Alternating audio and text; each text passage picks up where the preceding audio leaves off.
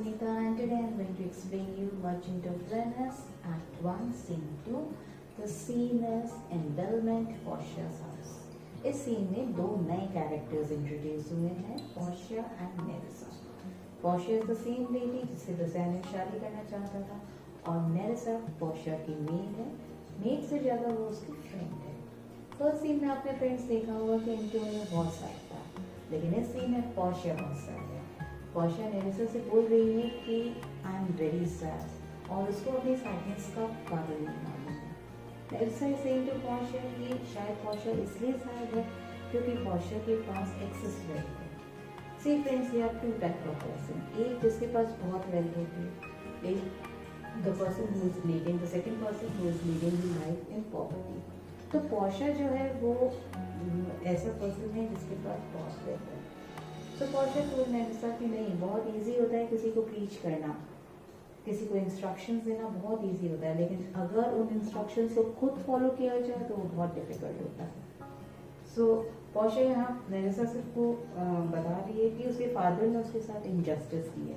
Injustice in the sense कि Portia को इतनी भी राइट उसके फादर की नहीं थी कि पोर्शिया अपने लिए खुद पर्सन को चूज कर सके जिससे वो शादी करना चाहती है.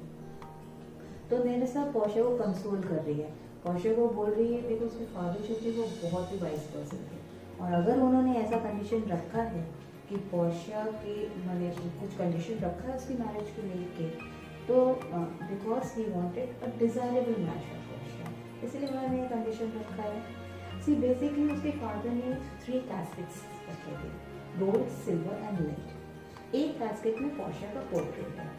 तो जो भी सूटर उससे शादी करने के लिए आएगा, he has to choose the right casket.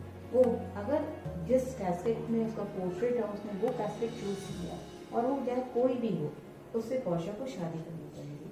Portia can not deny this thing. तो दैट इज वाई यहाँ पोर्शिया इनजस्टिस की बात करिए कि माने उसके फादर ने उसको इतनी भी राइट नहीं दी कि वो अपने पसंद के लड़के से शादी कर सके.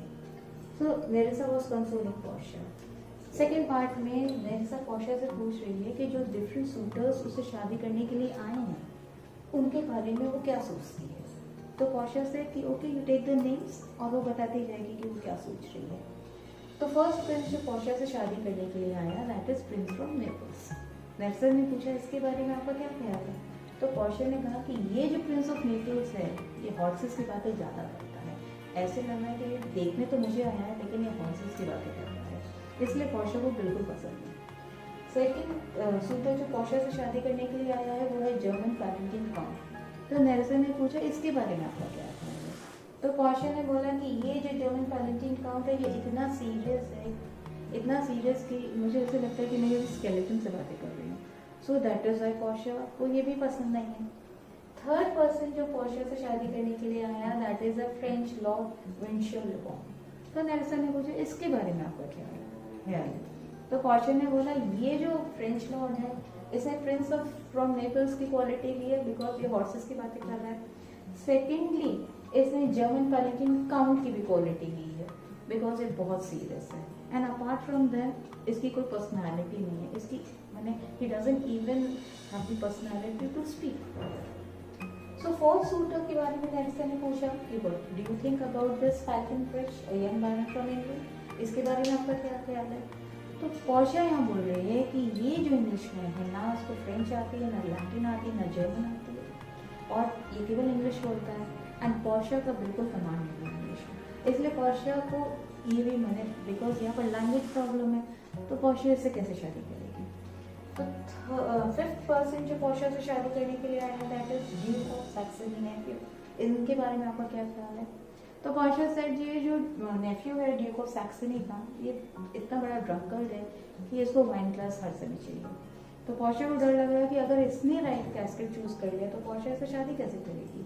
तो उसने नेरेसा से बोला कि तुम रॉन्ग कैस्केट के ऊपर वाइन ग्लास रख देना. तो वाइन ग्लास को देखते हुए वो उसी कैस्केट को चूज करेगा. एक्चुअली पोर्शिया थोड़ा सा डर रही है बिकॉज उसे लग रहा है कि कहीं कोई रॉन्ग पर्सन ने अगर राइट कैस्केट को चूज कर लिया तो पोर्शिया क्या करेगी. पोर्शिया तो डिनाई कर नहीं सकती, पोर्शिया को शादी करनी पड़ेगी. तो नेरेसा यहाँ पोर्शिया से बोल रही है कि आप मैंने पोर्शिया को you don't have to worry because all these persons ने जब ये कंडीशन सुना कि उसके फादर ने जो कंडीशन रखा है कि they have to choose the right casket, और अगर उन्होंने रॉन्ग कैस्केट चूज किया तो they will not marry all the life. तो ये कंडीशन लिखा था। तो फिर ऑल दीज सूटर्स ने जब ये कंडीशन सुना कि the father has kept this condition, so they denied, because उन्हें लगा कि माने they don't want to go in this thing, so they are returning back to the country. So Portia needn't have to worry. Portia should be happy for this thing. Then Nerissa asked Portia कि you know about Bassanio जिससे आप marquis of मॉन्फ्रेट के साथ मिली थी। तो Portia agree कि हाँ Bassanio के बारे में उसे याद है। तो Nerissa said कि don't you think that Bassanio is a desirable match for you? Portia agrees also for this thing. When these two ladies were talking about these different suitors, उसी समय messenger came in the scene. Messenger told the messenger from Prince of Morocco has come, and he is saying that Prince will be arriving soon because he also wanted to try his luck over this thing. Again, Portia became sad because again he has to face the new prince, that is Prince of Morocco. So in this entire scene, Portia बहुत sad है अपनी marriage को लेके, क्योंकि different suitors are coming, और that is puzzling her. So friends, I had explained you this Merchant of Venice Act 1 Scene 2. I hope you like it. So please, if you like my video, please share my video also, and comment box में comments दीजिए. So how do you like my video? And press the like button and subscribe my channel. Thank you, and wait for the new videos to come. Thank you.